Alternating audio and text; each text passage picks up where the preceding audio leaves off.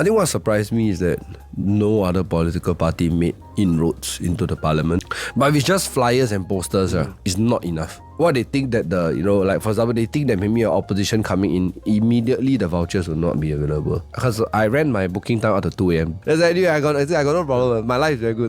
Good night. Why are we still doing testing on things that AI can solve in 1 second? You must ask. You know, they say, why? You also never ask. Why I tell you for what? Don't be afraid. The dog will return. Yeah. yeah.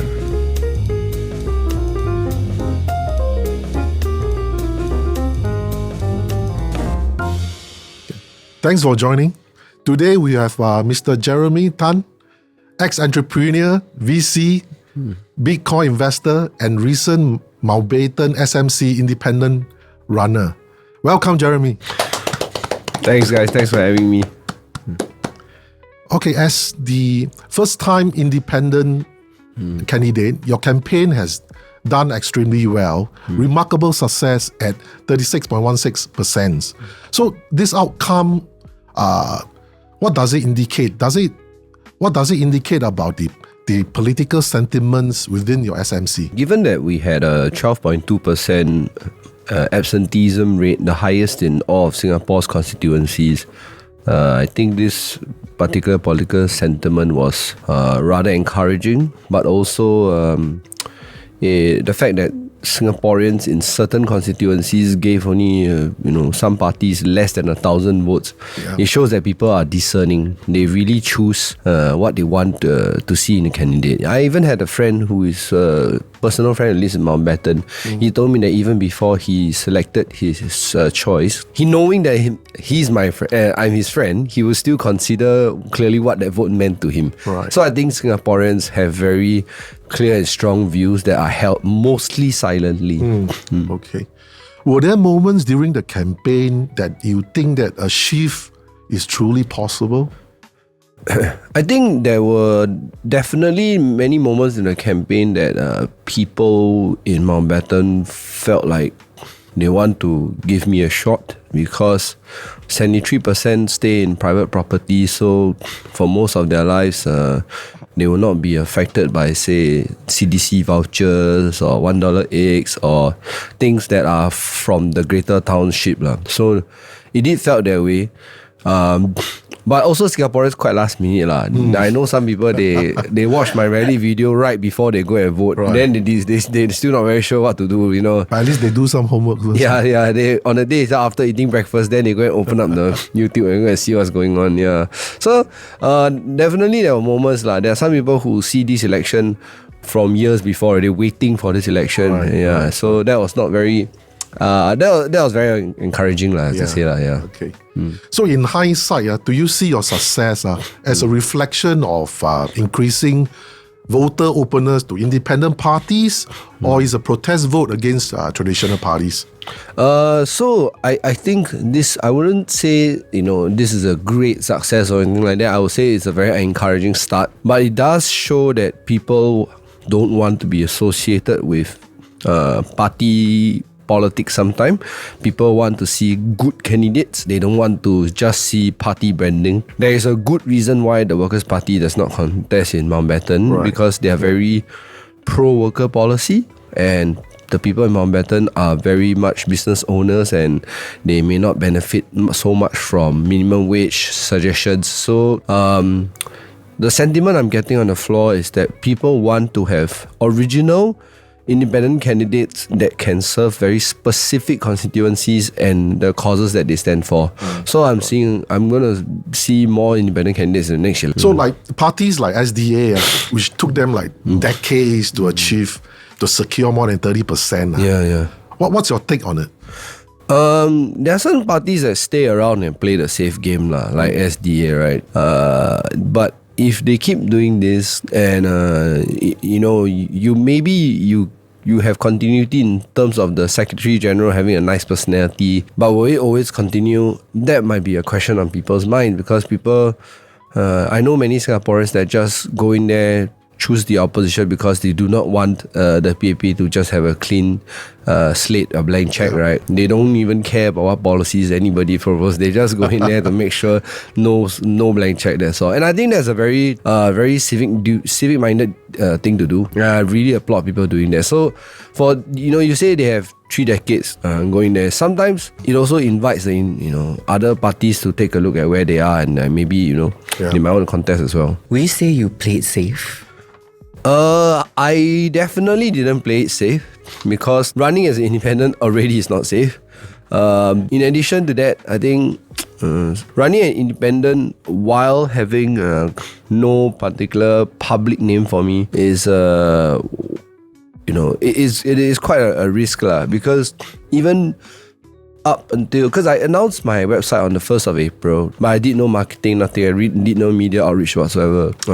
By the time it came around to nomination day, people were still a bit skeptical about what I had to say. People were angry about. But after nomination day, when they saw the whole slate of candidates come out, they realized, oh man, my constituency might not have the quality of the candidate I want, and it reflected in the votes lah.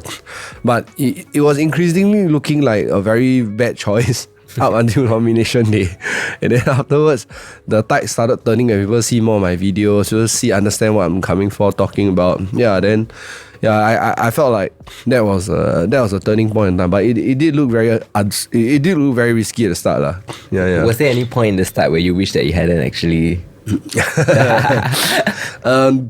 Actually, a day, maybe not at the start, but actually at a couple of hours before polling started, I thought to myself, wow, what if I really win? What will tomorrow look like? Do I really have to go and... You're going to change your life. Yeah, I had to go into the branch office and really take all the files and tell them this is the new way it's done, everything.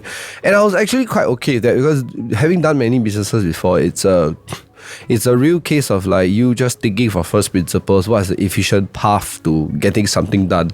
Not just because it's been done this way for 30 years, the town council has done this for 30 years, does not mean that it is the only way. It cannot be that the only way was made 30 years ago and no innovations been applied since then, right? Yeah. Okay, so throughout this election, right, we saw some pretty interesting changes in the voter turnout, like you mentioned earlier. So what actually stood out to you the most, and what actually surprised you about who showed up, who didn't show up? I think what surprised me is that no other political party made inroads into the parliament. In fact, the PSP losing Hazel Paul and Lemah Wai, or rather the parliament losing them, was a bit disappointing. In my mind, the ideal slate would have been Workers' Party taking on perhaps 5 more seats or 4 more seats, and then PSP and and SDP either take 1 or 2 seats or NCMP, and with myself maybe 1 seat, maybe NCMP as well. The fact that we made no inroads and it's looking like SDP and PSP don't have the NCMP seat as well means it's looking like American style red-blue politics lah. Yeah. Do you think this will have something to do with the fact that this is actually the lowest voter turnout since 68?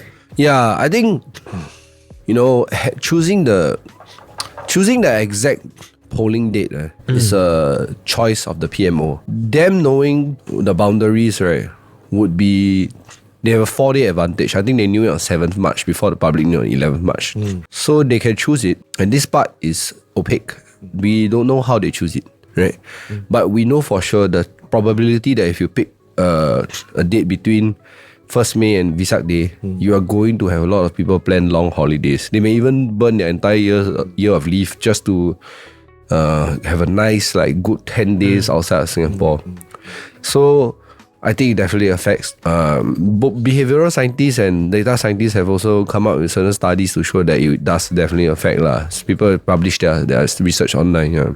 Okay, so I was saying, do you think that younger voters are actually participating more meaningfully, or are we seeing them sort of disengage quietly despite all the social media noise and all the social media engagement that's been going on about the GE? I think one thing is very clear from this GE is that younger voters reject wholeheartedly the idea of like angry mudslinging politics. The first 5 days of campaigning, what disappointed me was when I saw the multiple parties just, booking out rallies just to spew things at each other that they could not do for the last 5 years. And that was very disappointing to me because in general, first, it makes the overall opposition look bad. Secondly, I'm an independent. Even more so, people will just be like, oh, this year's oppositions are terrible. And they would not even bother to see what I've published out there, right? But one thing that's heartened me is that I have a lot of younger voters. They turn up to vote and also bring their parents, and they have very robust debates with their parents about policy, about person, the candidate. They're more outspoken lah. Yeah, and also being so confident, being able to tell their parents that, look, this is what is being said. Here is what I found out with research. This is what is true. In the past, if you try to tell our parents like politics is this way or that way, right, and then they'll just like, you don't know anything. But today with TikTok, with YouTube and other podcasts like this one, you can actually learn before you go and try to convince your mother or your grandmother. It's so accessible. I mean, I think the integration of social media really helped a lot of the younger people sort of communicate with like our parents' generation and sort of share the ideas and thoughts about the different things. It's not just so one way or that's it only. Okay, so how do you think like the system or the candidates can actually do better in converting digital enthusiasm into actual people going down to vote? So actually one challenge that all the new parties or never been in parliament before, candidates like myself, the major challenge that we will face the next time round that we cannot escape from is beating the incumbent at retail politics. We have to beat the incumbent at their game. Accessibility to charities, accessibility to handymen, accessibility to services that the town council provide outside of political system is important. Because for many, let's just say you have a pipe leak in your house, you don't want to have to wait for the town council to get fixed for you. You want the handyman ready. If you need to, if you are having a hard time getting by and you need a $5 meal, you should need all this needs to be very readily available. So the political candidates entering the next election need to know how to work together and provide this level of quality, so that when the next time when we run again, there will be no accusation that we cannot handle the groundwork. Right, and there are some people that they say, I don't really care what goes on in parliament because as long as the PAP is in power, doesn't matter. I want to see you be great at groundwork. So don't be surprised in the next election, candidates like myself, we will have prepared a way for groundwork to be addressed now. So one more question about what do you think about younger Singaporeans? Do you think that they are actually informed but disillusionized? And from your interactions on ground, do you think that's true, or what are your thoughts about it? I think they're not disillusioned to anything with regards to the local policies. But what is harder to understand is the international order and how it affects us. And why policies were made, in what era were they made. That part is harder to understand because it requires history. It requires knowing the policies that were chosen over others. It requires studying the daily, the forces that affect us daily. That part requires time. I don't think it's a skill problem of younger voters or elder voters. This just requires time for you to go and actually take a look at it, and it takes a keen interest. I do this out of pure interest. Like, I enjoy it. My value would be to contribute, ideas and clarifications and perspectives for people that don't understand or don't have the time to go and understand it. Right? But by and large, I think Singaporeans are discerning, they're smart. If you give them a few set of facts, they will know it. You ran without a party behind you. So what does your performance, says about the non-partisan voices in Singapore future politics? Yeah, I think people just want to deal with issues. They don't want to deal with party, right? The idea that a party has resources and a party can be special can sometimes be counterproductive. For example, if you have too many volunteers to manage and you have too many people to manage, one person saying something wrong can affect your entire campaign, right? For example, if you just maybe the common example is like a volunteer saying something rude to another person, while like a resident say, can I have some time with the MP or whatever. Right. Just the volunteer saying something wrong is an issue already. So one must be very careful to say the party has more resources. The question is, where is the resources being spent, right? If I, as one independent candidate, using just without the rally, about $8,000 to get this campaign done, just myself and just a couple of volunteers, right, that I only got from the nomination day. People went to my website to sign up. If this can be done, then the question is, what are you all doing your resources, right? When we talk about having a party, we always associate it with having resources. The question is, what is the resources being used for? Having spent about $8,000 and just a couple of volunteers that started volunteering on nomination day itself, I think that people need to seriously question what are the resources being used for, right? The PAP and the incumbent system can do many distribution efforts, transport efforts, even like grassroots efforts. And that is what the resources are used for, right? To actually go against this, I think all candidates in the future need to strategize better, because these things are tangible, no?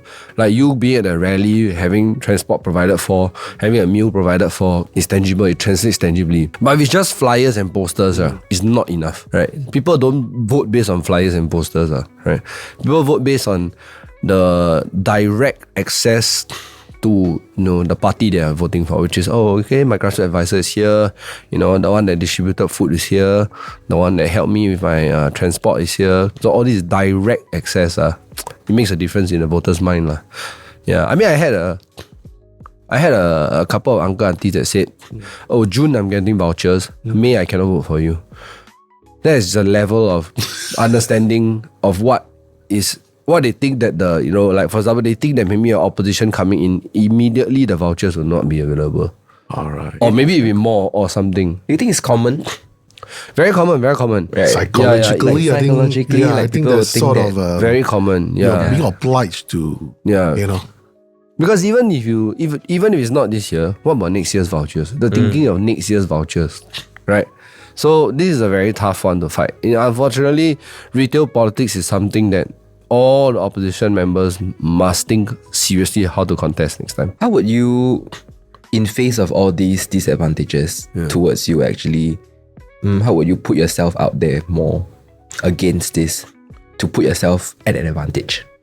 I think the first thing is to use this national fame to galvanize people to run their own charities, run their own social efforts and advocacy from a ground up perspective. Like, don't be afraid to connect with me and join the different charities that you want to join and help out in any way you can, because life is quite tough for many people in Singapore. I just want people to know that they can be supported, and sometimes it's actually important to be nationally known and involved, because there is no other way that you can help people. Like, being localized, let's just say you go in a small SMC, and then you don't have social media.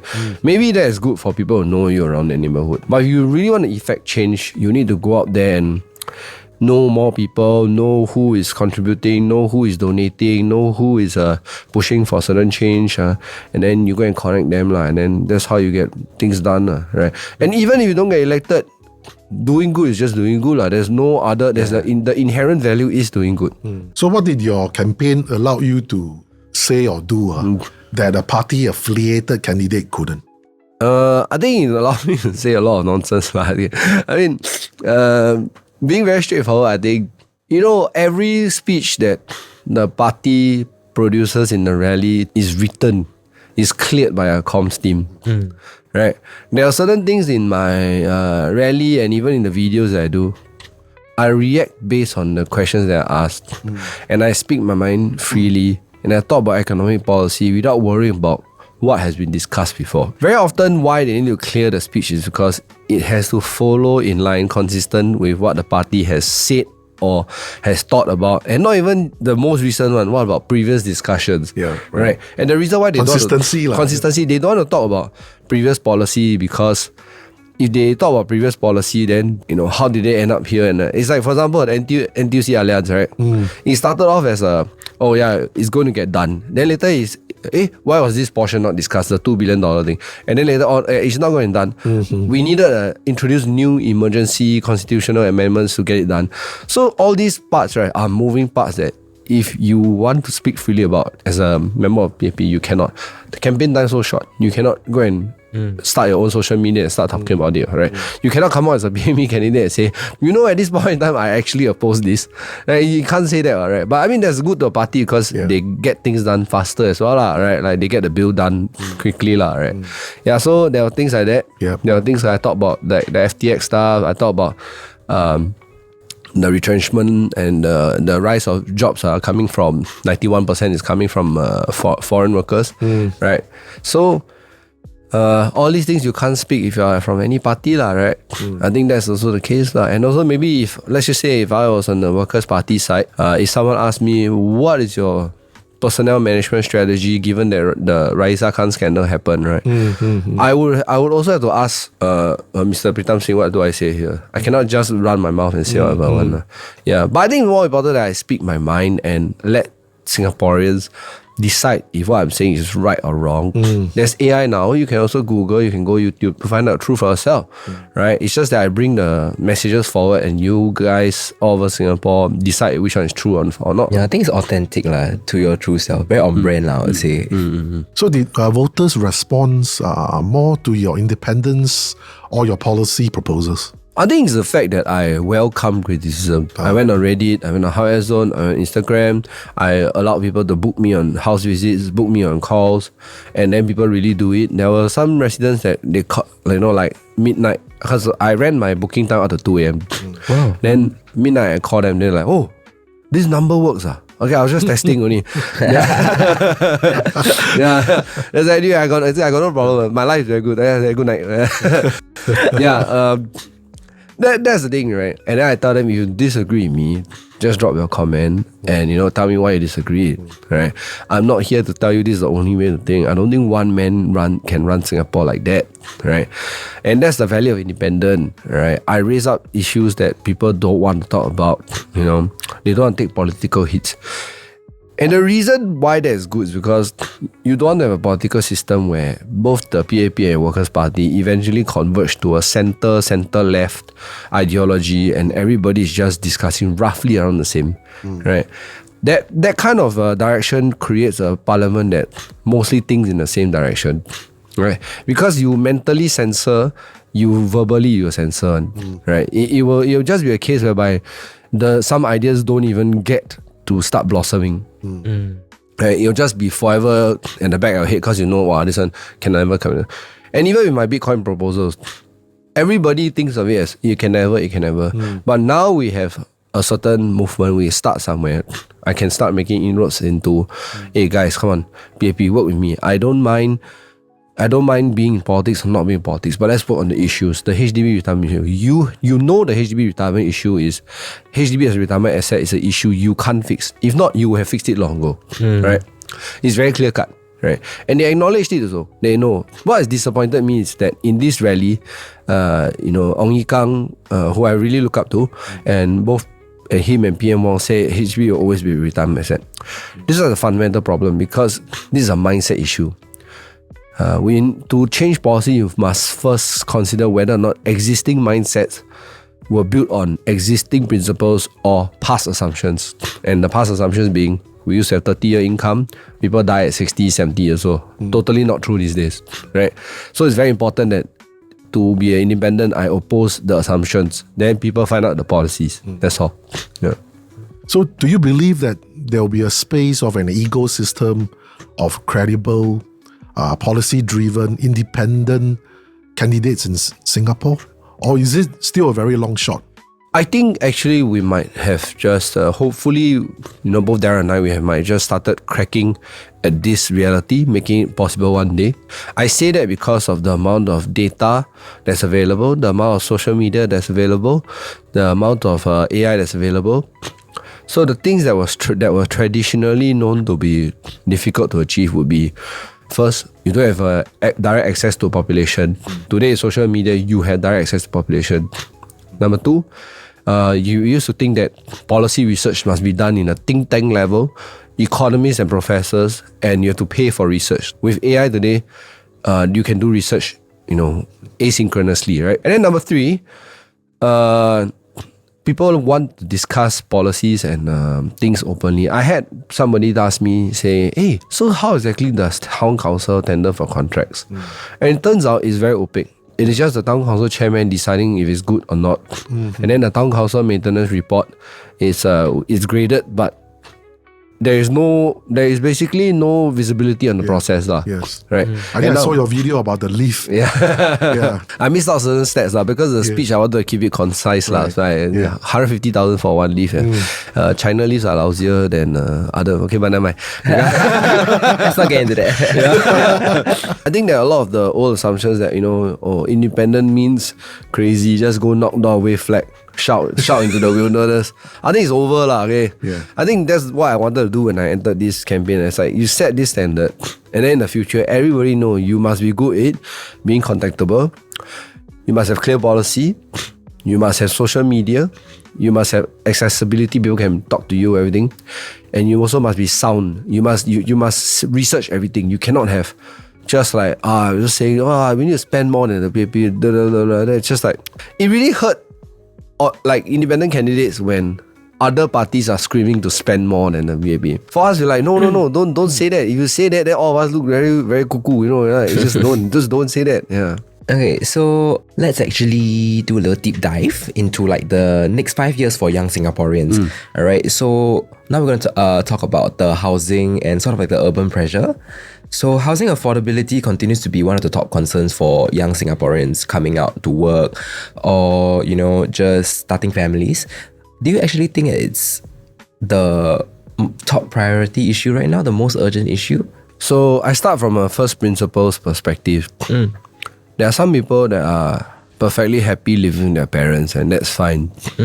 Nice. But the bigger issue is it a housing issue only, or is it the way we as society treat property and land value as something that we must always keep increasing? And the answer to that is we don't have to. Because what we trade off in terms of getting more people to work harder in housing, we trade off in terms of their aspirations being crushed. It's very important as a society, we cannot let people feel hopeless, dignity lost because they can never afford maybe a house or the freedom of their own space. And all land in Singapore belongs to the government. So it makes no sense that they cannot control for business pricing. The question is whether or not we've weighed too much into the area where we let global corporations invest in land here, pushing up prices, and then we see the globalization of more brands coming up. So you see a lot of Luckin, Miche, Zhangliang Malatang, Chagi, right? Do we want to see more of that, or do we want to see more of like local uncle auntie selling chwee kueh, right? Selling popiah, things that even mutton soup, turtle soup. You don't see these kind of things anymore, right? The HDB question you posed to me brings about a fundamental understanding, and that understanding is that we are land scarce, so everything profit motivation must be in the mind. But that is not necessarily true for housing and the way we create like hawker centers, right? Old hawker centers, last time you ask them, their rental is 400 plus 500 maximum. Every year maybe increase $15, $20 only, right? Today we have $10,000 stores. Then we have kopitiams that are owned by listed firms. The question is whether or not we want to continue this direction, or do you want to say we can accept that making money from this way of life is not what we want to do. We reverse the policy. And this is a 1990s mistake. In Mountbatten Goh Chok Tong era, we say it's a retirement asset. But we didn't realize that it affects the cost of living because HDB also controls the amenities that get built around it. Can you imagine a world whereby, for example, every MRT that springs up, 40% must be owned by the government around it. For example, all your malls, HDB malls, your all eateries, kopitiam. You will see the cost of living go down significantly. But right now, MRT come up, you are seeing malls, and owned by REITs, right? They have price pressures to everybody. But what if it's 40% is owned by HDB? Then they anchor down the pricing of the cost to eat around these areas, right? And then you do your fair price shopping, whatnot, which was the case in the past. You go to Jurong East bus interchange, you see only like fair price on the ground level, the red brick houses, everything. Then it's cheap to live this way. I knew because I grew up in Jurong. But now you have all these malls there, jam, all those different things. It will affect one. So you say what is the biggest concern? It is really about treating land as if it's supposed to go up forever, and whether or not we can start thinking about building land differently. Like we cannot just keep saying that a parcel of land is more valuable than another parcel of land, because we never consider what about the verticality of land, right? How to stack more things together, right? So that will affect everything. As long as HDB considers land pricing inside their cost to build HDB, as long as they treat it as retirement asset, it will steamroll into every other aspect of life. Just the mindset that they have. Yeah. Because everybody gets now the green light to be profit motivated about land. And also one thing about all this, all this record breaking, properties that transacted at prices. Exactly. So would it be like the expectations of of people had sort of being sort of fixed there, and it's pretty hard to go back to like square one, and if like, hey, my next door is selling that kind of price, how I need. I need to sell even higher. They will compare. Yeah. So is it very difficult to like, to scale it back? And I said this on three different MediaCorp interviews the last couple of days. We have East Asians in general have a problem with land ownership, because as Chinese, as East Asians, land rights and property rights was not inherent to our culture, right? You look at the West, even Warren Buffett said he doesn't think land ownership and property ownership is a good way to compound investments, because there's a problem with your house and everything. So what you pointed out is right. The mindset needs to change, because we are so worried about not having a house. But what's worse is that the Chinese money are coming in and they are buying up private property. It has an effect on our market. Whether or not you can say how big, how small can be debated. But the question is, if we start from that first principle, okay, if we don't look at the house as a retirement asset, then what else do we look at as a retirement asset? The paternalistic system that people have voted in, 65.57% of Singaporeans, determines that assumption must always be true, that the house must be the fundamental underpinning of all retirement assets in Singapore.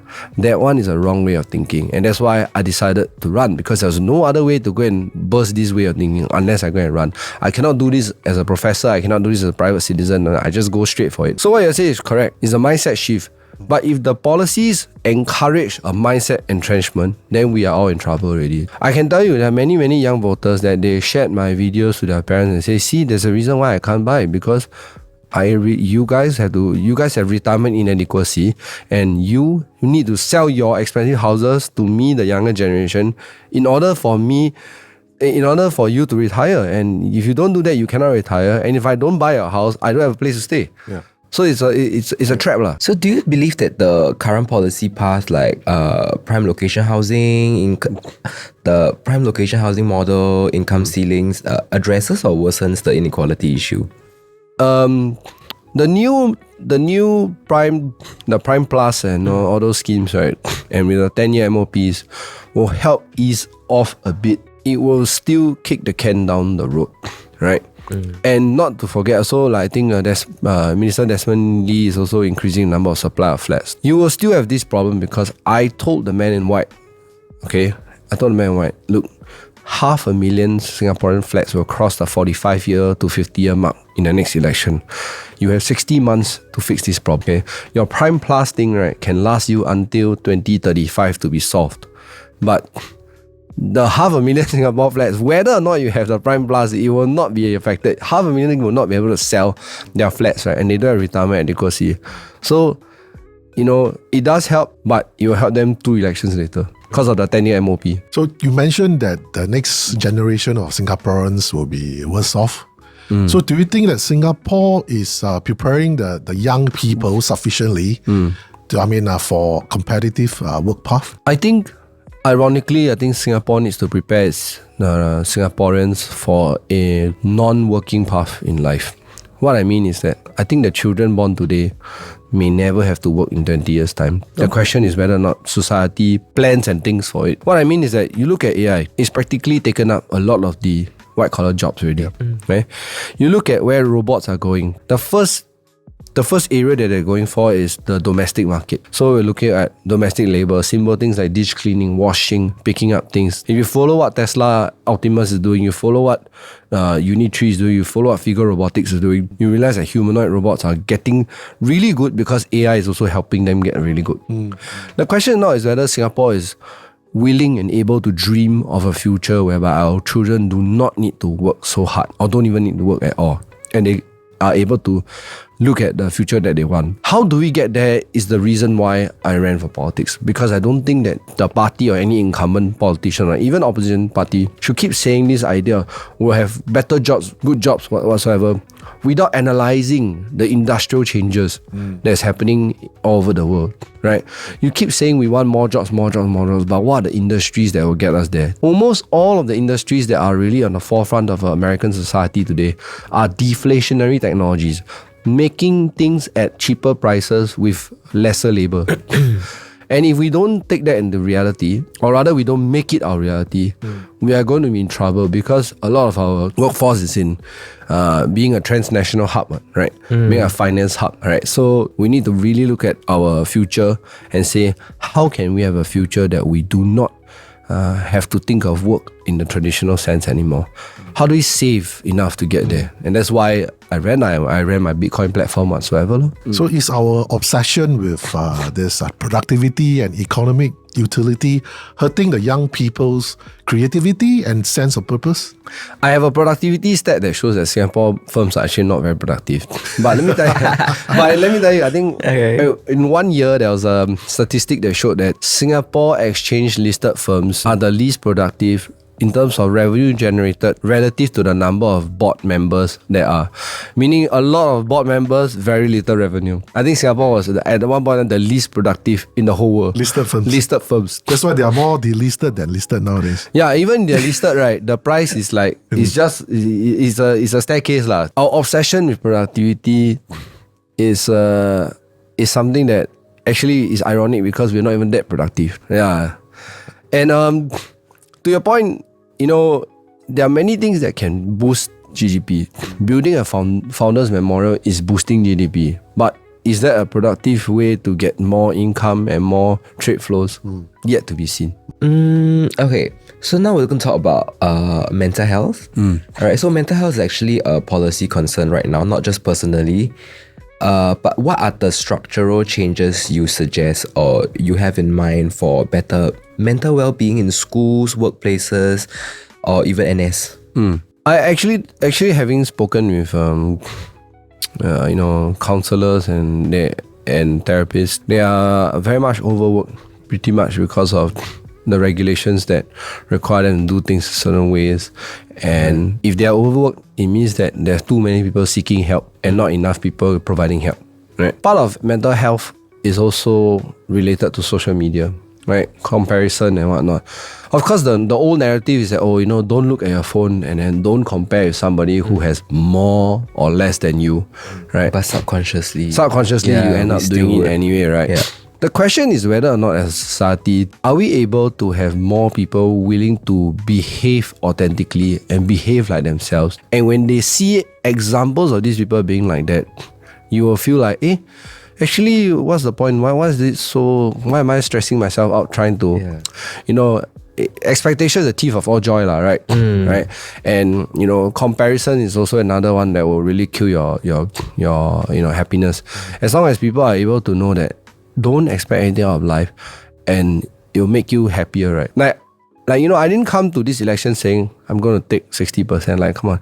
Yeah, I'll be very disappointed on the final day, right? But that's the way that people must get comfortable. You get comfortable with losing.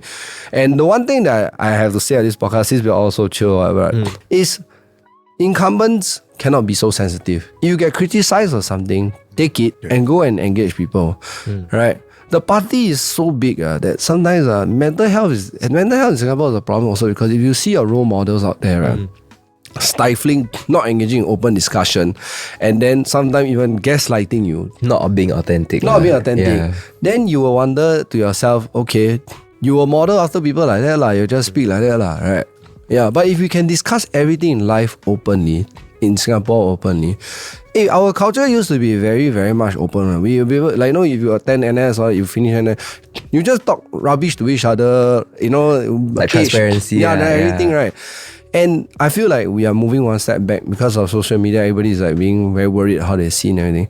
So the first one need to address is regulation. We need to start moving faster and deeper into regulation, because I think there's a statistic that childhood trauma can cost as much as I think $1 billion in society in terms of the cost to actually address the trauma, to serve, your social worker, everything.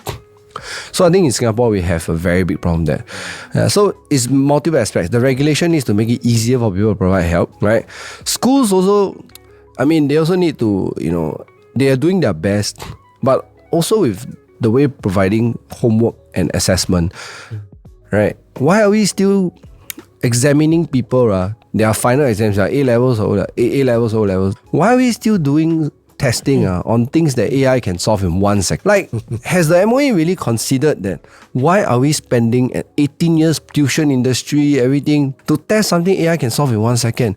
Like, this is a time bomb that they don't want to fix also, because this way of doing things gives a lot of people jobs, but it's unproductive job. There is no answer. I've actually spoken to people from MOE and they said, yeah, we have to do some planning. They want to go and speak with other people, but this issue cannot wait another 10 years.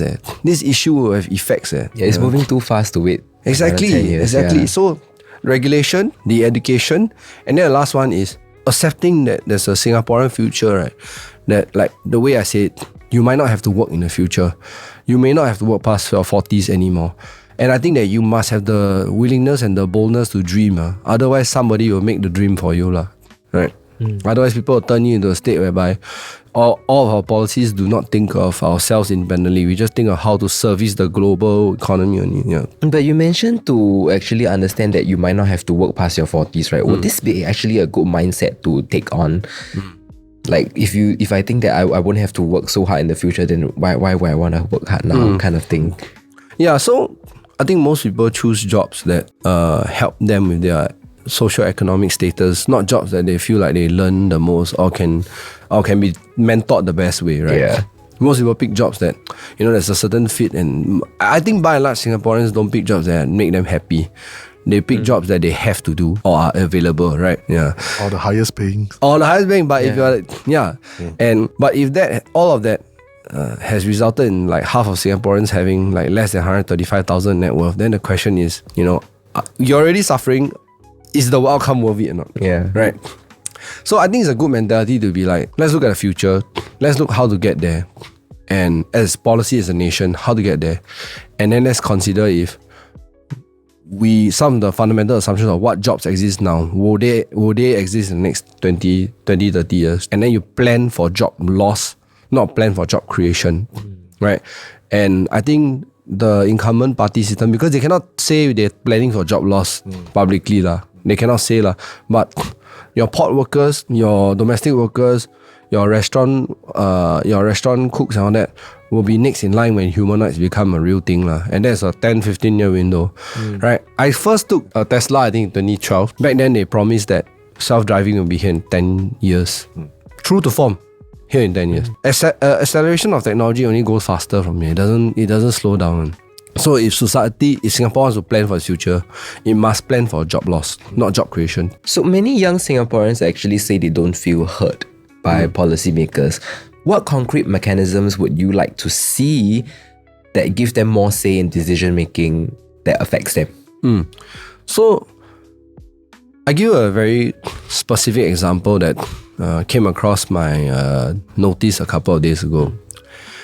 All Hajj pilgrims have to be fully vaccinated, flu and COVID. So to be educated on this issue, I put it out on my Instagram. I asked to my fellow brothers that are Muslims, fellow brothers and sisters and Muslims, what do you think about it? Because I want to be educated on the issue. It involves very sensitive topics. Correct. Vaccination is one. Boosters are one. No jab, no job mandate is one. Whether or not MUIS is doing the right thing for Muslims is one. Right? And also the last part is, who are we supporting? Like, who is paying for this? Right? Because Bill Gates just came to town and all that. So very thorny subject. Very thorny subject. But I put it out there for people to discuss all these things and let them have a go at it. Why? Because then I found out that $25,000 is the fee to go, right? Which well known is very expensive. People say it's a good insurance.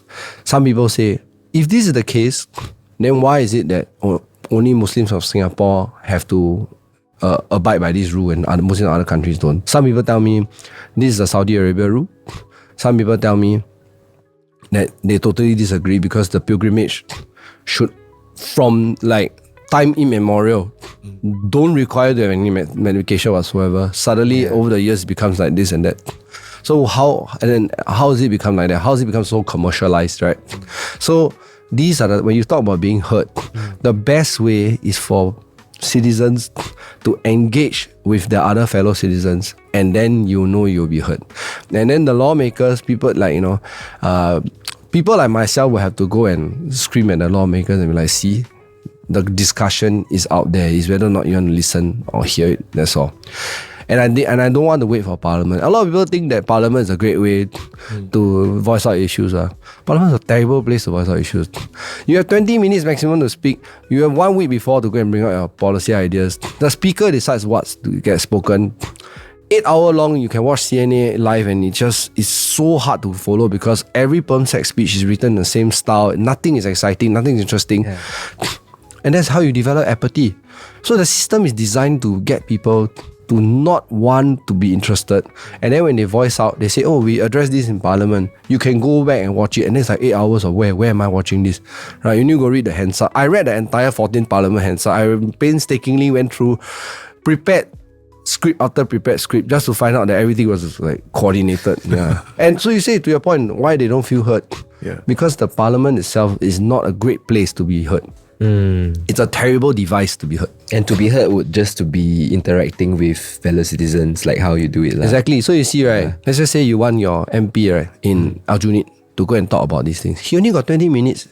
And if the thing that you want doesn't fall in line with the day's papers, and Parliament only got 2 sittings per month, then it's a very inefficient place to get things said and done. So young Singaporeans increasingly value transparency. So what are the risks if institutions don't evolve quickly to meet their expectations? Yeah, I think maybe as an example of like transparency is decision making, stuff like OBU, stuff like Simply Go. Where's the decision making? The transparency is there. Is that what you're talking about, or are you talking about like the recent Fujian gang? I think on the whole, transparency. I mean it's a few levels, So transparency, I think, is more on the policy behind what's the mechanism, So I think it's more on that. Yeah. So you're right in saying that the transparency issue is a big problem because most of these policy discussions are done behind closed doors, right? And I feel like the incumbent has done things in a way that has been too traditional. Basically, they always say, "Oh, we are calling for public feedback regarding bus routes," and then in that public feedback session, it is always closed. Or that there's always some valve that they can use to turn off anything that might be too hot or incoming as too controversial. But I think, this will become a problem because the last parliament we see, there was the Iswaran case, there was the NTUC Alliance, the NRIC, the Simply Go, and a whole bunch of things that happened in the last parliament, right? You're right, the transparency for all these things are not there. And increasingly, if you go on like that, right, you will see more and more of these scandals come out, right? Like even the Fujian gang, the town council kickback things, all these are considered scandals. It is unimaginable that in the past, right, we would have so many things happen within just 5 years of leadership, right? So the transparency thing, they know is going to affect them. But more importantly, is that people need to keep their MPs honest, which is go out there and say, hey, please give me, the lowdown on what's happening here, right? And to be very frank to Singaporeans listening to this podcast, that we didn't make any inroads into getting them to be more transparent. I think in the future, it's just going to be the Workers' Party questioning. But everybody on social media, I hope they stay interested in politics so that we can also question things in a fair manner. Because if you don't ask, then they have no incentives to provide transparency, right? Right? So if you must ask. They say, why? You also never ask. I tell you for what? Yeah. Can you give us some tips on crypto? The only thing that I advocate for is you either buy the Bitcoin ETF, which is the IB ETF. You either buy the MicroStrategy, which is like a Bitcoin bank of sorts. And when you buy, you just buy whatever you can. You just dollar cost average. You set automatic buys every month. There's this fella that over the last 7 years, he set $30 buy every day. Then he's a millionaire now. He just didn't even think. And $30 for most people is Starbucks in the morning, bubble tea in the afternoon, a Grab somewhere, right? And if you can do that type of discipline, you'll be in a better place, right? That's the only way I put it. There's a reason why people are building things on top of Bitcoin, because you can build things on top of Bitcoin. You cannot build anything on top of gold. You cannot build payment infrastructure, networks, settlement, collateral. So my only advice is look into the Bitcoin space, look into Bitcoin University at YouTube, find out more about what you can do in that space, and just keep buying Bitcoin. People also need to know when they invest in stocks, stocks and interest rates are heavily related. People always think they can pick stocks. Maybe you are very, very, very good, you can pick. But most 99% will lose the market. So even if you stay invested in the market, you need to know that interest rates affect the market a lot. And Bitcoin is a thing that is going to be eventually one day very resistant against interest rate change, because finite supply, halving, everything else. Yeah. But is crypto very prone to sort of human speculation, compared to stock market? Of course, because outside of Bitcoin, what crypto is you are buying into the hope that the lines of code that this guy developed is worth some value, right? That is essentially it, right? And it's as good as buying shares in any internet company, So that risk is the same as buying shares in any small listed firms that you can buy. So it's the same risk, right? Just because the word crypto is thrown in doesn't change the fact that it's still humans operating their technology, betting that this group of humans and code and ecosystem will eventually outperform the rest, right? But because it's different, because people are not. There is no proof of stake. It's all proof of work. Everything is just, people must see Bitcoin as a global accountant system powered by energy and computers, where no one single person can corrupt the ledger, right? So it's a very simple thing. It doesn't take a lot to understand, right?